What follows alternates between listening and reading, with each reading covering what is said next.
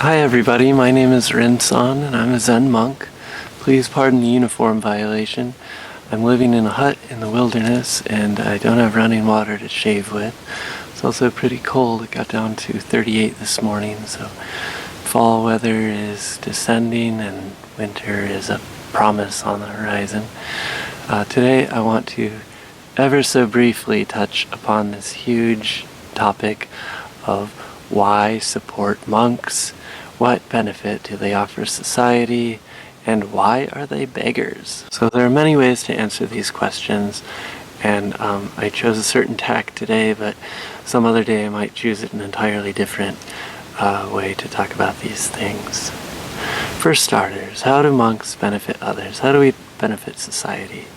By specializing in spiritual practice and going all in, monks preserve, transmit, and embody the full depth and breadth of Buddhist teaching, of the Buddhist way of life. So there's tremendous benefit to part-time practice in the midst of ordinary life.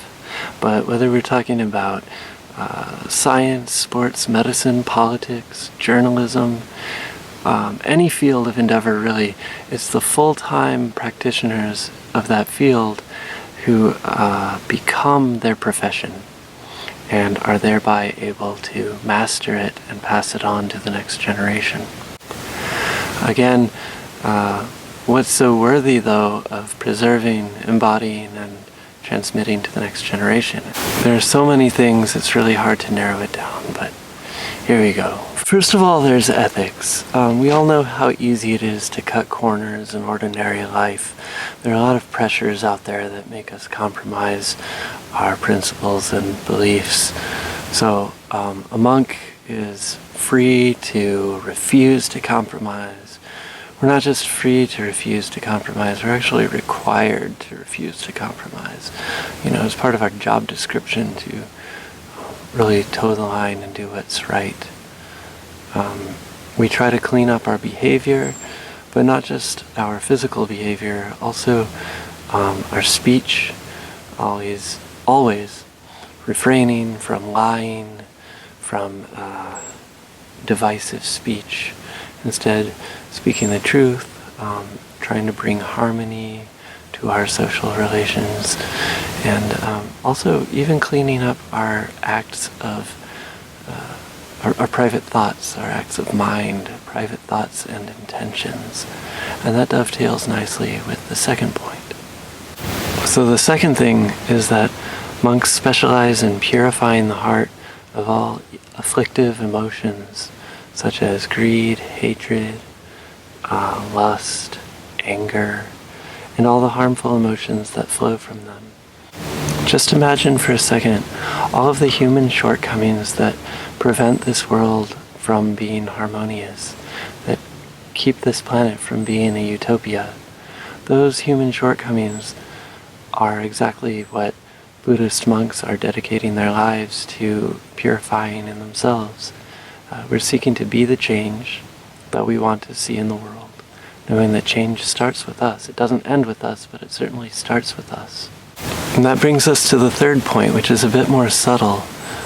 Buddhist monks are seeking to purify their minds of all the cognitive distortions and perceptual biases that keep us from seeing things as they really are.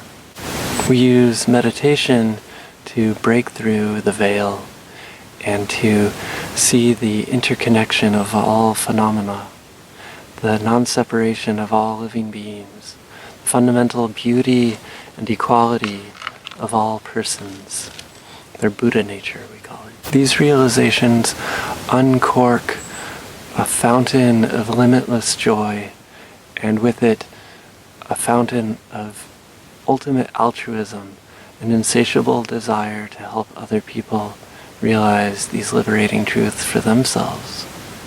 And so finally that brings us to the fourth point, teaching.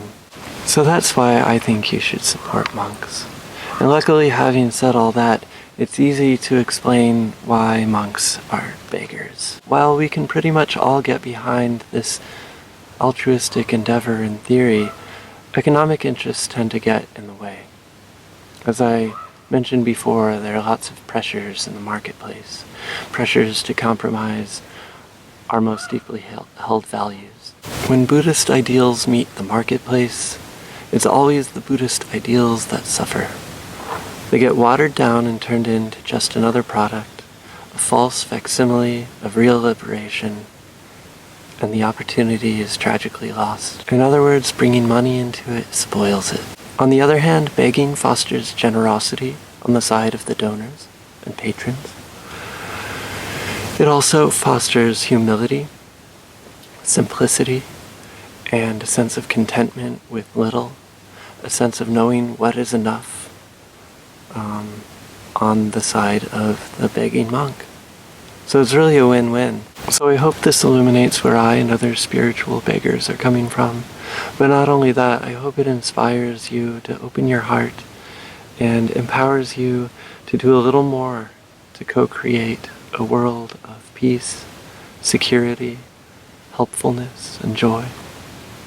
Thank you. Check again to Check. Okay, hang. I support Rinson because I feel that he has the integrity and courage to devote himself to the way.